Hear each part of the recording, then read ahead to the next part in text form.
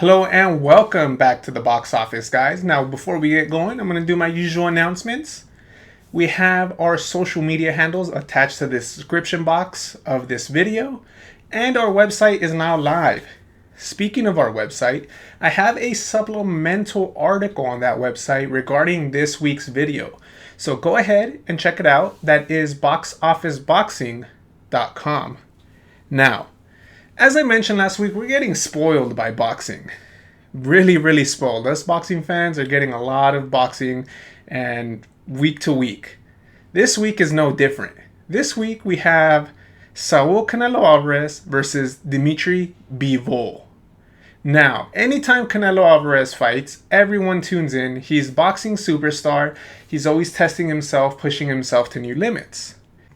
This time around, he's challenging at 175, the light heavyweight division, where Dmitry Bivol is looking to defend and stay undefeated himself.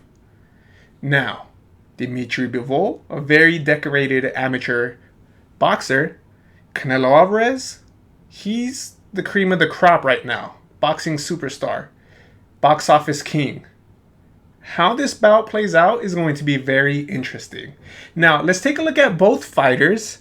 We're going to take a look at Dmitry Bivol first, the Vegas underdog. He's currently sitting at a plus 350. Plus 350, meaning you bet $100, and if he were to pull off the upset any way, shape, or form, you get $350 for every $100 that you bet. Pretty good value. Now, on fight night, he's going to be entering the ring at 19-0 with 11 knockouts. He's going to be standing at 6 foot tall with a 72-inch reach. Now, just by looking at them, I just eyeballing both of them, you're going to see that Bivol is the taller fighter and he has the reach advantage. So he's going to have some physical attributes that can possess some challenges for Canelo Alvarez. His last 3 fights have been against Umar Salamov, Craig Richards, and Lenin Castillo. All of those fights went the distance in the favor of Bivol. Now, if you're looking for some more notable names on his resume, he did fight Joe Smith Jr., got a unanimous decision, and Jean Pascal, who's been in and out of the top 10, top 5 throughout his career. His last knockout victory happened against Sullivan Barrera, and that happened in 2018, and it did take him to the 12th round to get that stoppage. So, just a quick note, Bivol is a light heavyweight, but he hasn't had a stoppage since 2018. For those of you leaning towards Bivol by KO. Can it happen? Potentially, yes. Canelo is coming into another weight class, and you can see the size differential, and you're going to see the size differential at the weigh-in. Now, as far as Canelo Alvarez, he is going into the ring as the minus 550 Vegas favorite. That 550 number is going to be very similar to the number that we saw Shakur Stevenson hold against Oscar Valdez last week. And that's at the beginning of the fight week. That number changes as the week progresses. Late money comes in and it kind of adjusts the odds slightly in the favor of either or fighter. If a lot of people come in last minute, start placing bets for Dmitry Bivol to win by upset, any way, shape, or form, money line, that number starts going from a plus 350 to a plus 325, 300, and then Canelo starts going from 550 to 500 and so on and so forth, just because if it's heavily one-sided, and that does happen, Vegas does have to save some value and stay in business, right?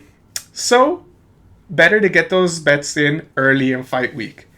As we're mentioning Canelo Alvarez, he's going to be entering the ring at a 57 wins, 1 loss, and 2 draws. 39 of those wins coming by the way of knockout. And he is going to enter the ring at 5'8", with a 70.5-inch reach. As I mentioned before, reach and height in favor of Bivol. His last 3 fights have been against Caleb Plant, Billy Joe Saunders, and Anvi Yildirim, on which he stopped before the final bell. If you want to look at more champions that he's defeated, he defeated Caleb Smith as well. I believe Sergey Kovalev, that was a 12-round fight as well, and Danny Jacobs, another 12-round fight for a belt as well. Now, Moving on, as I mentioned before, at one point is going to be too much for Canelo Alvarez. This fight's at 175. I was astonished at 168 of him clearing out the division. And weight classes do matter. It's not like you can just jump in from one weight class to another and have the same speed, power, reflexes, and feel as well conditioned. Now, the question rises, when is too much? When has Canelo gotten too greedy, too belt hungry? Is it going to be at 175? And he's already discussed fights at 190. So at what point is too much? And we'll find out this weekend. But before we dig into the keys of victory, let me go ahead and whip out the betting guide. This is a betting guide that I typically like to announce. Some fights have it, some fights don't, depending on the magnitude of the fight. There's more bets and more prop bets. The bigger the fight, the earlier the fight, prop bets come out. Meaning this Canelo, they came out last week, but we were really busy with Shakur Stevenson versus Valdez.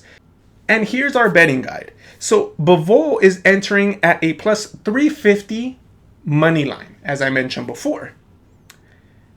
That's a lot of value, and the value is going to be there throughout decision or KO because he is an underdog. We're looking at by knockout, we're looking at a plus 850. By decision, plus 600. Now, in favor of Canelo Alvarez, as I mentioned, there's not a lot of value for a money line bet as it's sitting at a minus 550.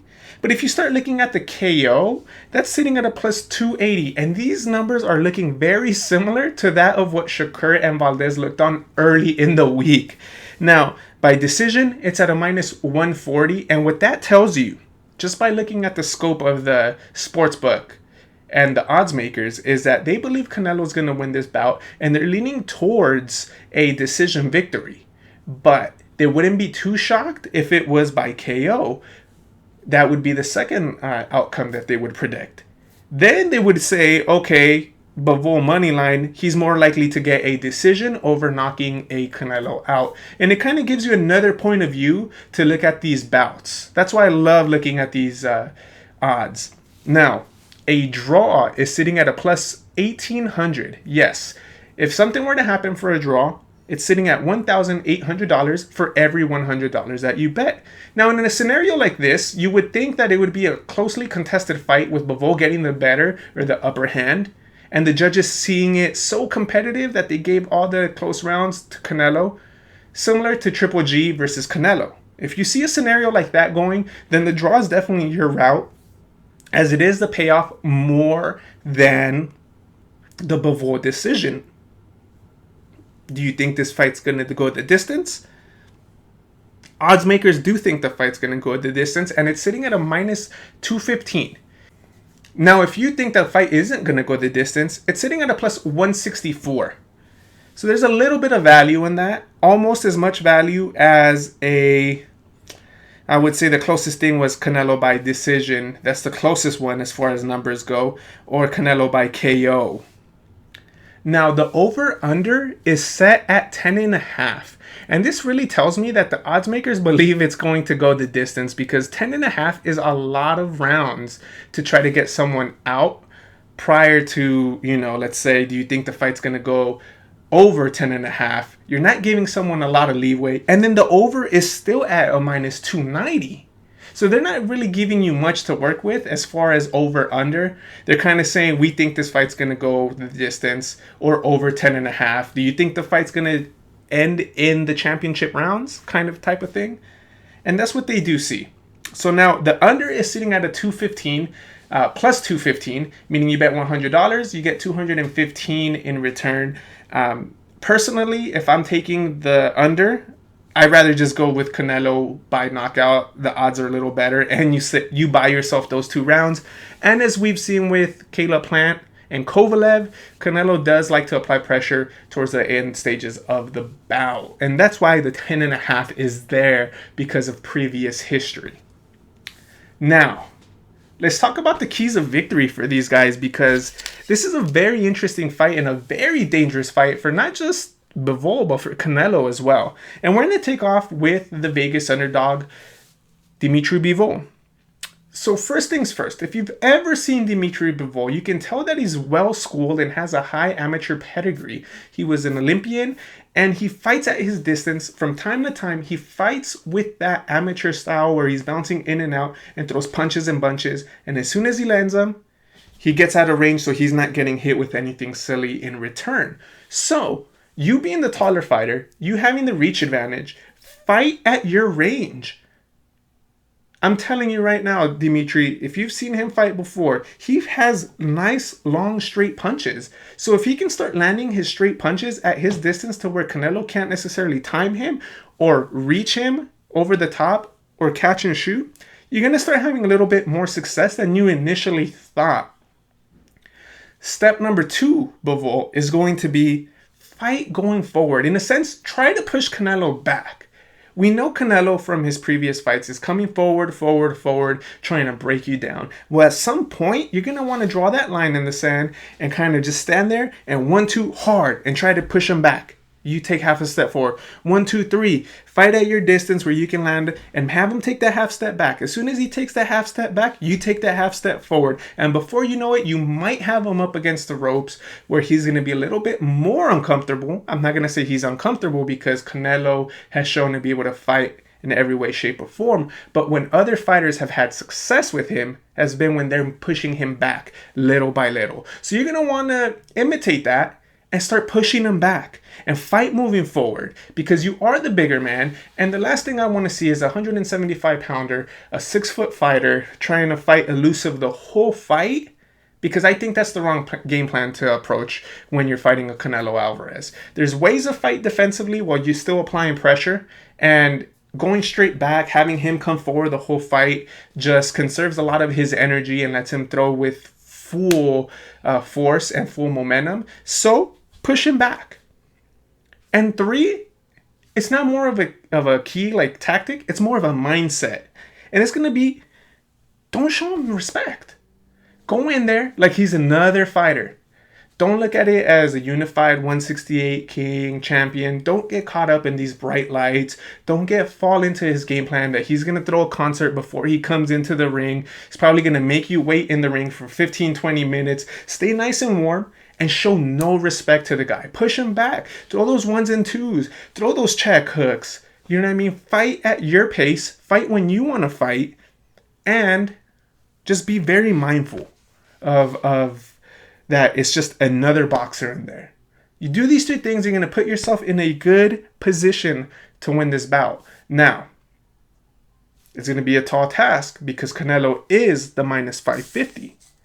And then Canelo, being the minus 550, has a few keys of his own that he can apply. Now, first things first, getting it out the way. Canelo loves going to the body. So key number 1, go to the body.